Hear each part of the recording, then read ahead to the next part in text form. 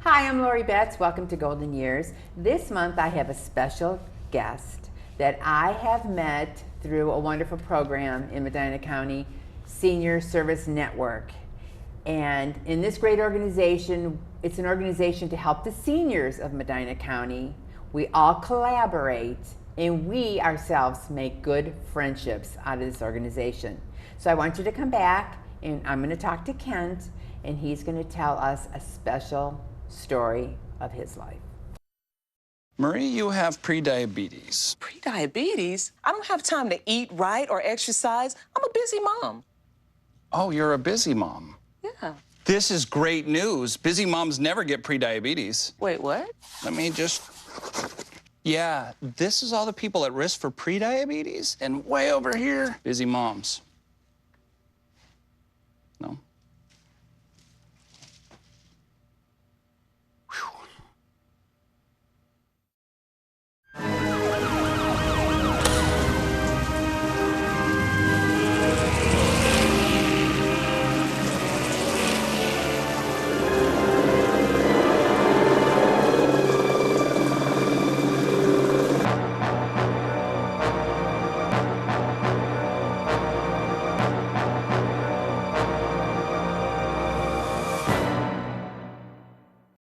Okay, so what would you bring to my company? What do you need?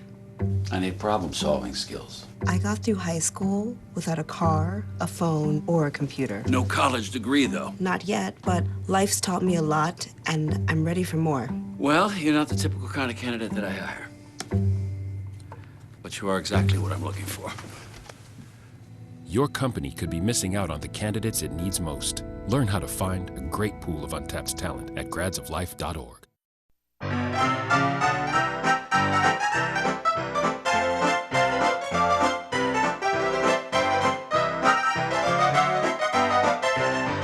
Hi, welcome back to Golden Years. I'm Lori Betts. I am interviewing Kent Vellen, and he is a friend I am associated with Senior Service Network of Medina County. So he has a story to share with us. But first, Kent, I want you to share with us your background. Okay, well, met you at the Senior Services Network, and I'm now the treasurer for the network. I joined the Senior Services Network because I'm a financial advisor. I help people with financial planning and financial protection needs.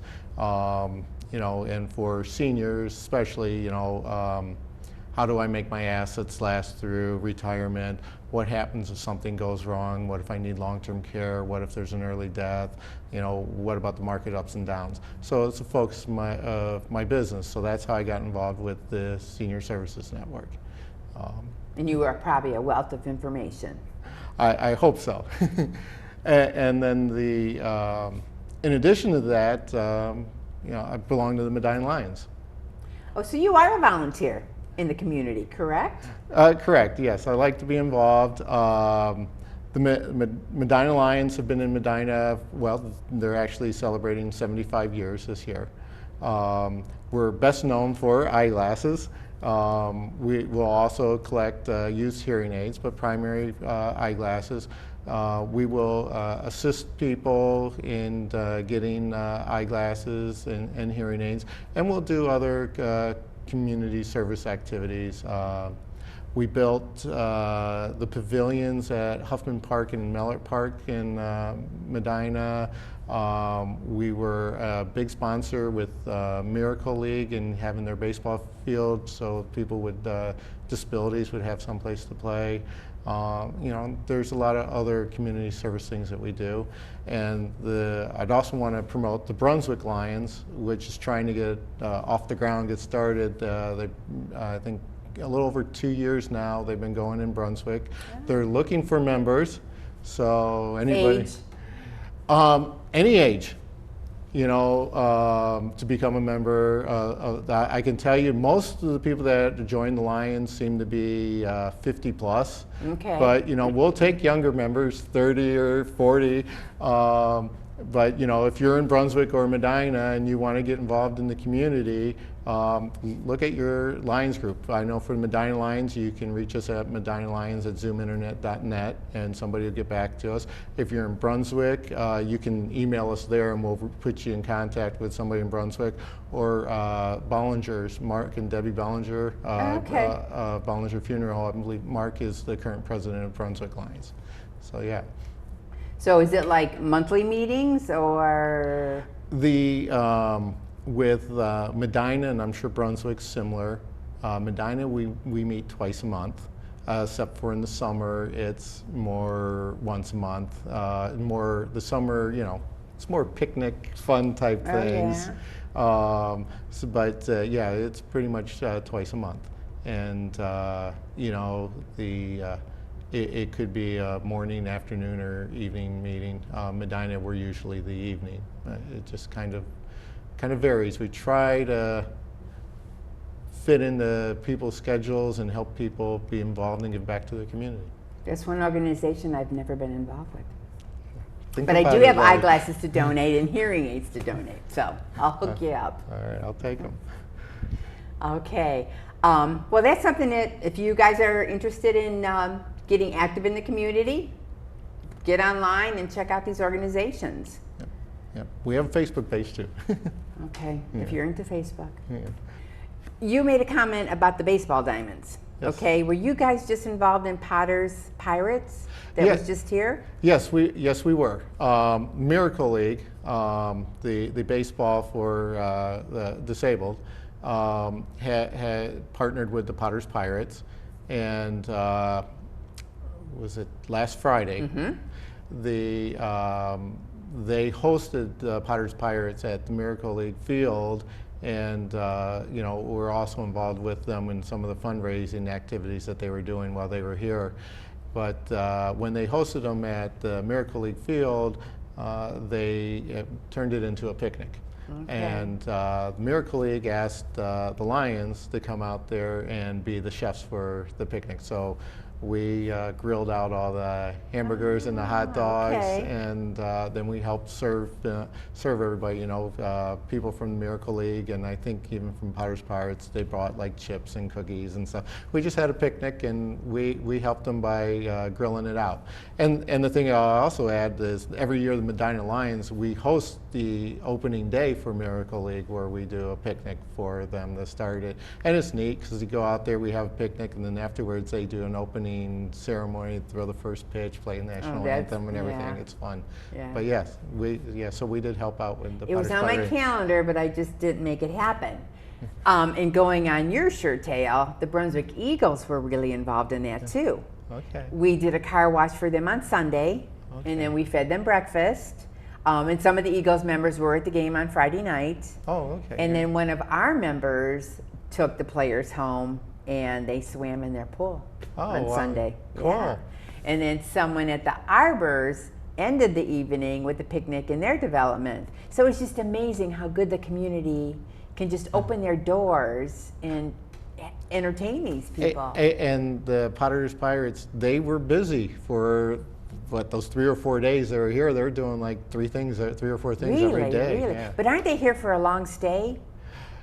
Yeah, but I guess every year there's this period of time where they do the- fundraising stuff, and they get involved. They visit places and do things. That's yeah. neat. That's good to hear. It warms your heart when you hear something like that. Okay, so I want you, Ken, and I know this is going to be hard for you, but I always like to have different people on my show.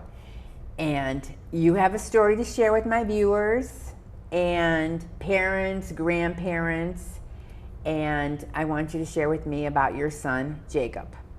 Okay. Our son, my son Jacob, he died March 16th, 2012. So Unexpectedly. Unexpectedly. What had happened is one of his fraternity brothers from college, his fraternity brother's grandmother had passed on. And, some time had passed on, and then the family's like, well, she has a car that's just sitting there, so they decided to give it to this fraternity brother. Well, the grandmother lived in West Palm, Florida. So he was looking for somebody that could drive the car back to him, and he asked Jake, and like Jake always does, was willing to help somebody out. Said, "Yeah, I'll fly down to Florida and drive the car back." So they're driving the car back, and on March 16th at 11:41 a.m., just before lunch time, the driver's not sure what happened. Part of the trauma from the accident, he was knocked out, doesn't remember. He doesn't know why, but whether he lost control or what happened, and the police report and the witnesses really can't explain what happened, but for some reason the car veered off the road and crashed into trees, and my son was killed, died in the car accident. And he was what age? It was just a couple of weeks before his 20th birthday. And so it was March 16th, April 4th would have been his 20th birthday. And as a parent, you do not get plans when that baby is born, how to deal with all situations in life. Yeah. So how did your family deal with this? Well, I'd say a couple of ways. One, for me, I guess it was a call to action.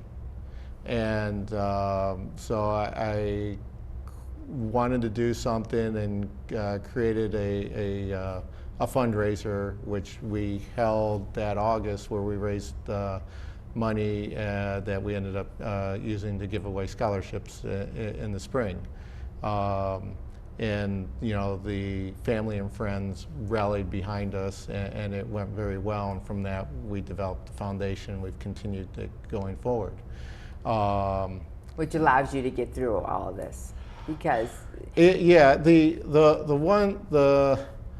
the one thing that unless you've had something like this, it's hard to understand. But first of all, one of the biggest concerns is your child's dead, and I want to remember him, and I want everybody to remember him. So there's that fear that because he's not there, he's going to be forgotten. So that's a big part of this for all of us, is we want him to be remembered.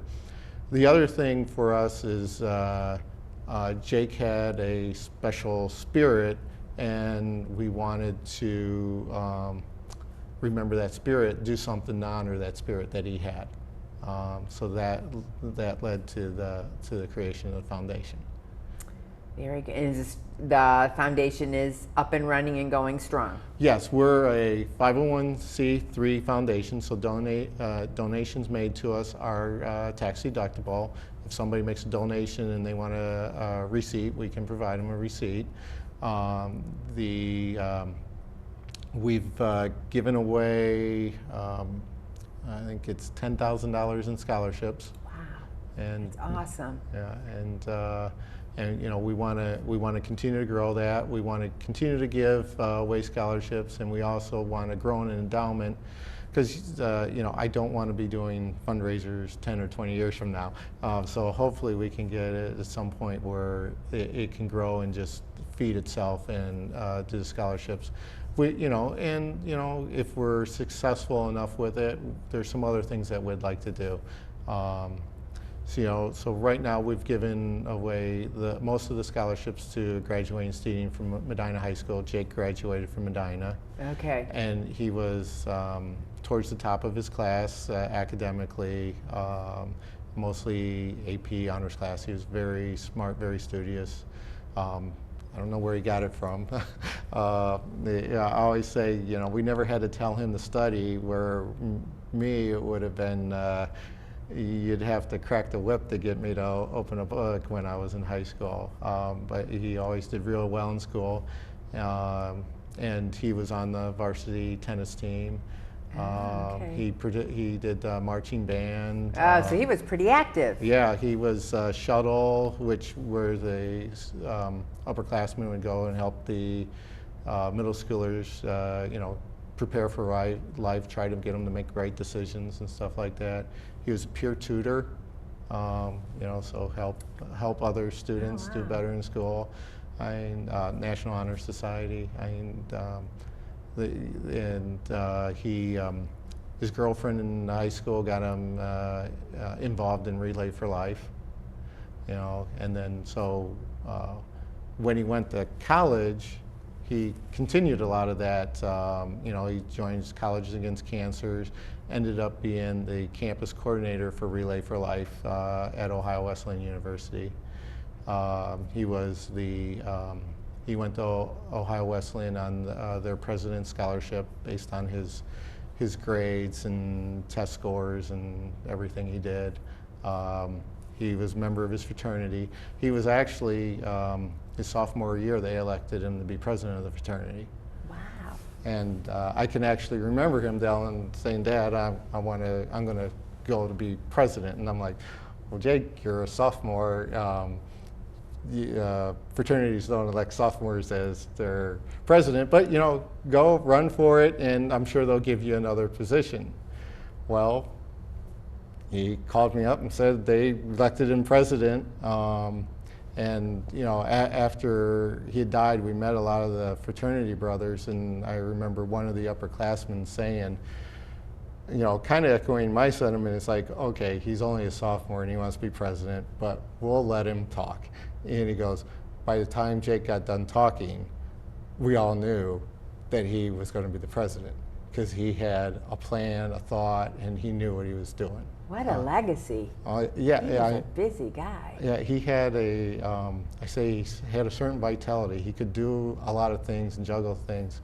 You know, you know, he was a peer tutor in high school. In college, he ended up being a mentor for Big Brothers and Big Sisters. Wow. Boy, he was quite active. Yeah. He takes after the father. I hope I'm taking after him. All right, Kent, we're going to take a real quick break, and then we're going to come back, and I'm going to ask you some more questions. Okay.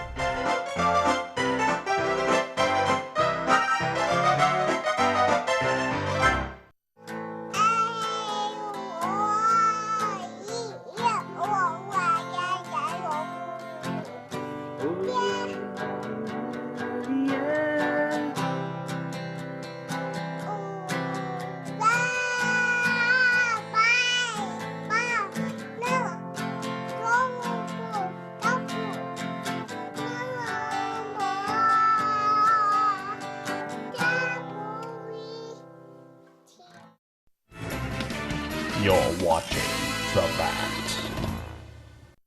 Let me tell you about the toughest guy on earth. He does the work of 2 jobs, but only gets paid for one. Caregiving is tougher than tough. Find the care guides you need at aarp.org/caregiving.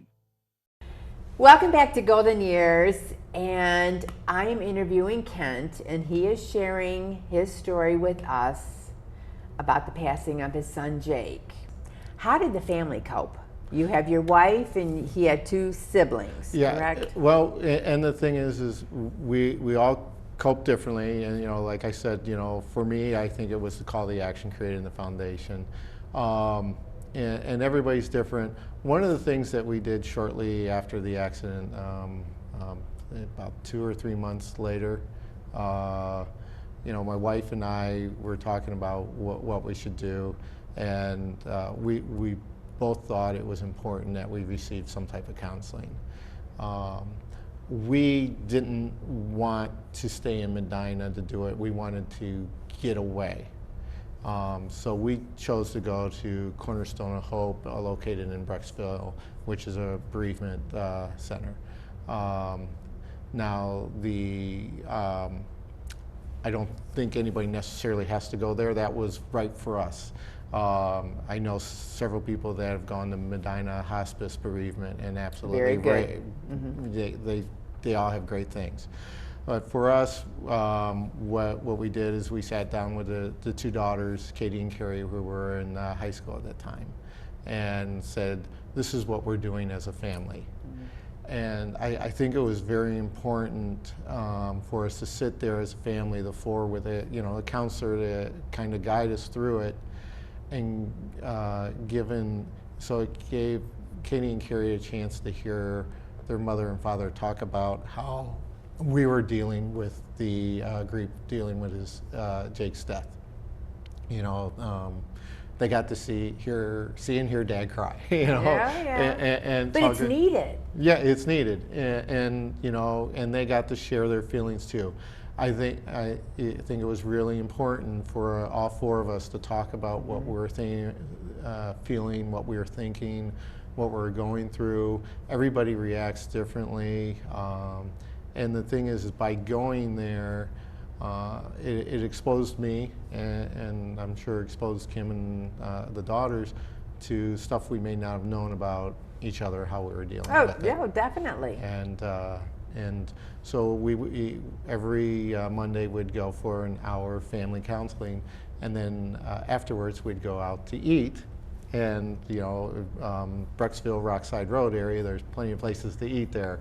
So it actually turned into like a 2-hour, 2.5-hour session, because one with the counselor and then one would sit down, just the four of us, and it'd be a little bit of rehashing what we went through, but it was also being a family. A family night. Yeah, and I think that was very important for us as a family unit, as a marriage unit, individually, to reinforce our bonds. I think anybody dealing with this, especially as a family, it'd be good to do some of the counseling so you can share your feelings. One of the hard things to understand is you cope differently than I cope. Because I'm a female? Well, a little bit because you're a woman. Because one of the things that we found out is that women's brains and men's brains are different. They're night and day. Yeah, and especially when you throw in the emotional and a mother's relationship to their child. I know Kim, the accident gave her like PTSD. So she was reliving the police officers coming to the door. Wow. She was also internalizing the accident that happened to Jake. So that was one thing that she did. It wasn't something that I did. So when I read the accident, it didn't imprint on my brain the same way it did hers. And now I understand that, you know, some men will do that, but I guess they said generally that women and men will do that differently. And then the other thing is your outlook on life. You know, some of us are a little bit more optimistic than others, some are a little bit more pessimistic than others.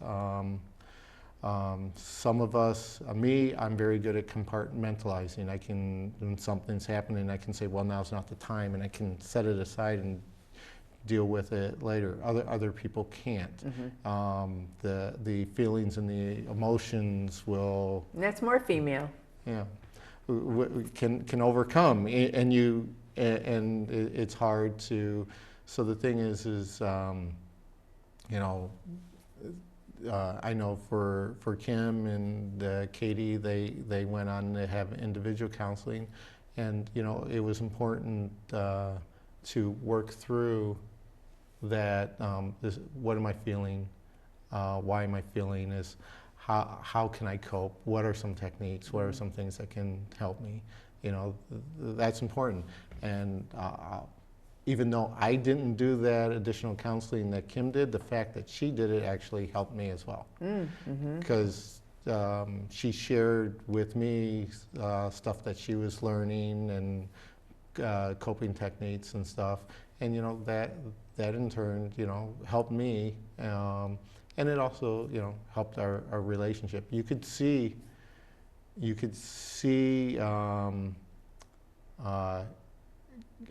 Kim learning to control her emotions more. You know, and the one thing that I think people have a hard time understanding is with this, it never goes away, it never gets better. You know, one of the words that I hate is closure. There's no closure, or turn the page, start a new book, new chapter. You didn't ask for this to happen. I mean, you're living your life, and all of a sudden you get the knock on the door. there was no preparation. Right, and it's death, and he's dead forever, and so. But a wonderful legacy he did leave behind, yeah, so that's yeah. wonderful. Well, Ken, I want to share with you that I really enjoyed interviewing you today, and thank you for sharing Jake's life with us and how you created the foundation. I mean, that is phenomenal.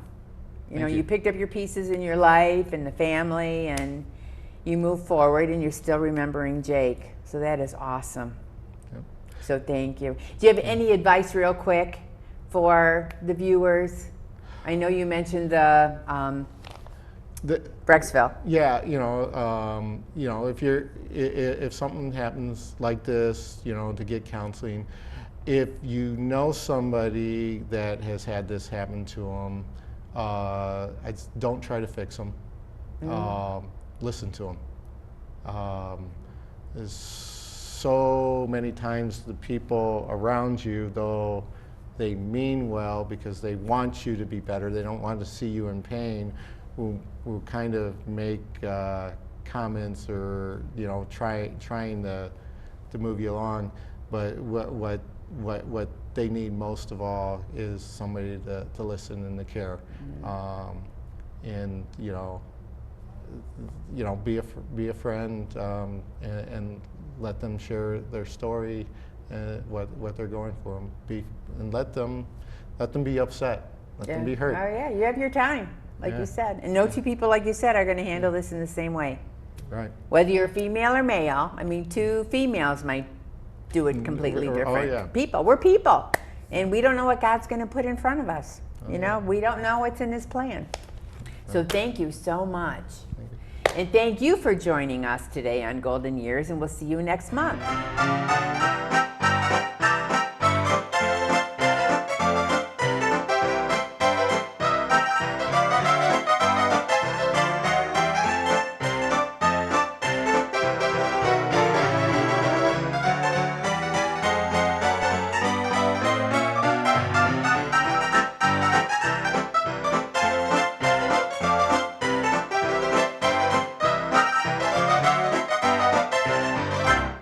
Hi, I'm Ed Zachary with Medina County Veterans Service Office. And if you're a veteran and you're in a crisis, or worse yet, contemplating suicide, I want you to pick up the phone and call the Veterans Crisis Line at 1-800-273-8255. Do it now.